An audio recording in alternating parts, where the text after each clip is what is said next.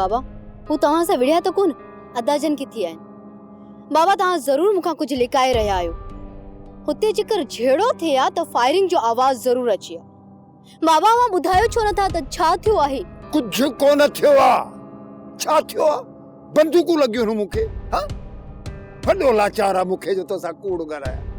बाबा ॾिस न, जेकर ॻोठ में को झेड़ो फसाद थिए आ त साले सुकून सां शहर छो वञे आ?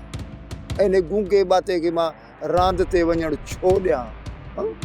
हलाए बाबा, मुंहिंजी त दिल ॾाढी घबरायल आहे। बाबा सुरगाली आहे त के हमरा पंहिंजो रस्तो भटके अची ॻोठ में पहुता। हथियार बि त खयल हुआ न, ऐं सिधो पाण ॾे कीअं आया? ऐं आमना चवे पई त तुंहिंजो नालो वठी ॻोठ जी पुछा कई, माना त धारिया कोन हुया ऐं रस्तो बि कोन भटकियल हुया।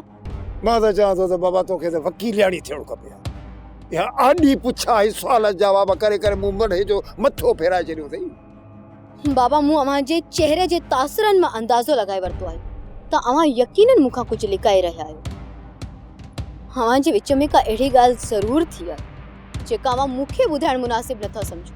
अम्मा मुंहिंजी ॻाल्हि ॿुध, माण्हू जेकॾहिं ॿाहिरियां मामला खणी घर में आणींदो त घर में परेशानियूं पयूं वधंदियूं।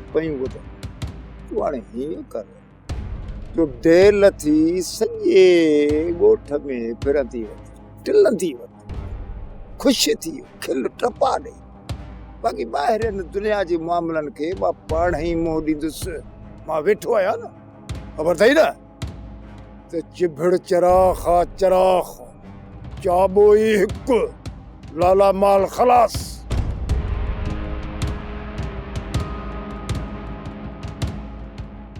हिन जो मतलब आहे त तव्हां जे विच में अहिड़ी का ॻाल्हि ज़रूर थी आहे जेका मूं सां जुड़ियल आहे। बाबा एतिरी चरी मां बि न आहियां जो कंहिं ॻाल्हि खे सम्झी न सघां। सिक्की लदे प्यारे भाई जी गुगदाम जानवर दिखाया।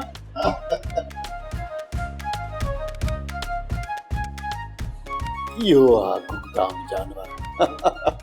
देखा तो के गुगदाम जानवर ही ॾिस।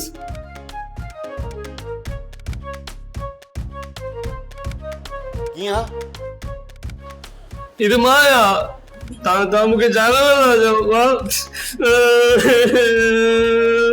अरे अरे अरे शमीर पुत्र, बाबा हूं तो मजाक पियो कया। मजाक में रोइबो थोड़ी आ।